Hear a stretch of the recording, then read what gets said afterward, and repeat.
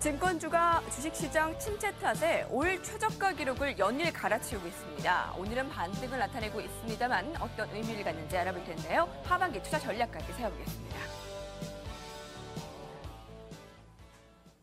김종효의 신고 신저가입니다. 김종효 연구위원입니다. 안녕하십니까? 안녕하십니까? 네, 이 업종을 다뤄야 되겠죠. 증권 업종인데요.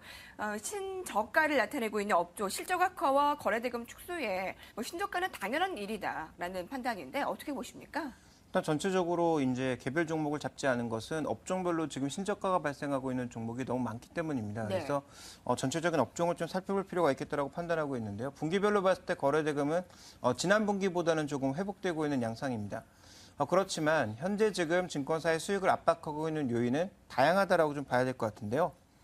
먼저 거래대금 회복에도 불구하고 IPO를 비롯한 이 투자은행 부문 쪽에 전반적인 실적이 최근에 아시겠지만 신규 상장주가 좀 드문 상황이기 때문에 이와 관련된 수익성이 제한적이라고 봐야 될 것 같고요. 또 이 자기 매매와 관련된 부분, 특히 채권과 관련된 부분이 단기 금리가 급등함으로써 채권 관련된 평가 손실, 또 매매 손실 이런 것들이 다가오면서 그동안 증권사 수익의 상당 부분은 브로커리지 관련된 부분도 있었지만 자기 매매로 인한 이익이 굉장히 많았거든요. 그러니까 이 자기 매매 손실이 수익에 부담이 되었다고 볼 수 있을 것 같고요.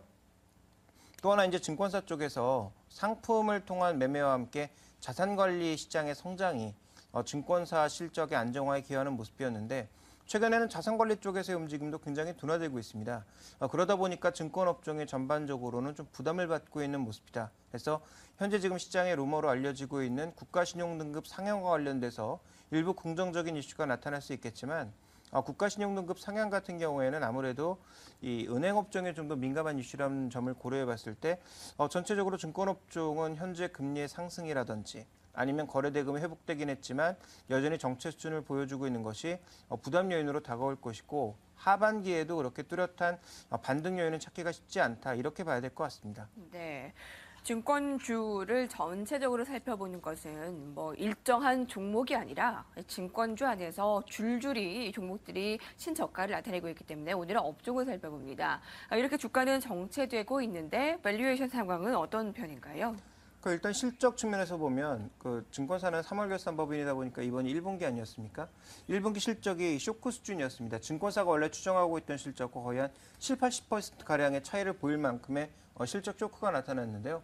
자, 그런 쇼크가 나타난 것은 말씀드렸던 이 자기 매매 이익의 감소 때문이었고요.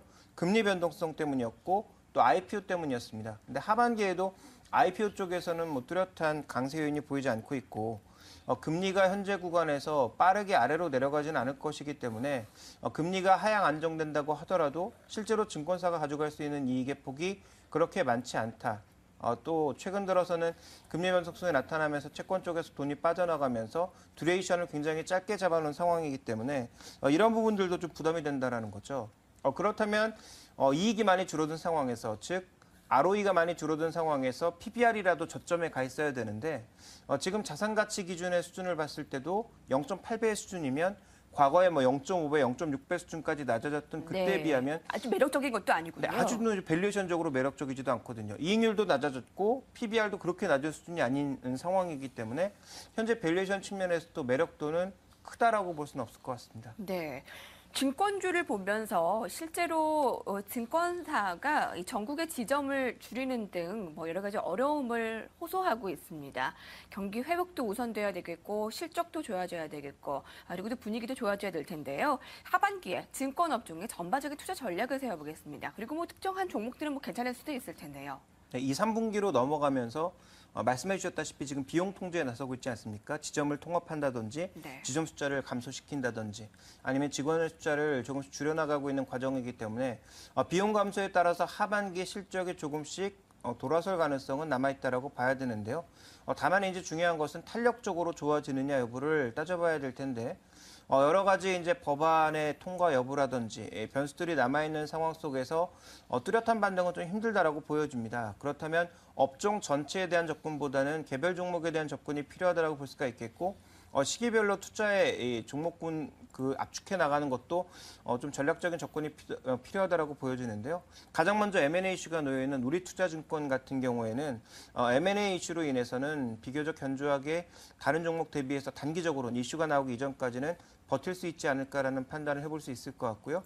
이번에 실적 구조상 가장 구조적인 변화가 없었던 종목, 일회성 비용으로 인해서 실적이 하락했던 종목이 키움증권입니다. 네. 그러니까 키움증권의 실적도 시장 예상 대비해서는 굉장히 안 좋았지만 키움저축은행 같은 일시적인 요인에 의해서 일회성 비용에 의해서 실적이 크게 악화된 만큼 만약에 마켓쉐어가 꾸준하게 유지되고 있는 상황이라면 증시가 좋아질 때 가장 또 탄력적으로 오를 수 있는 종목이 키움증권이 될 가능성이 있다는 점에서 단기적으로는 우리투자증권의 M&A 이슈를 장기적으로는 여전히 MS 1위를 유지하고 있는 키움증권을 보시는 것이 증권업종 투자에 있어서는 좀 핵심이 되지 않나 이렇게 판단하고 있습니다. 다른 종목들 가운데서도 이 두 종목은 그래도 아주 하락은 아니었던 것으로 보이는데요. M&A 모멘텀이 있습니다. 우리 투자증권은 단기적으로의 관심 그리고 장기적으로는 키움증권 주목에 대한 의견 들었습니다.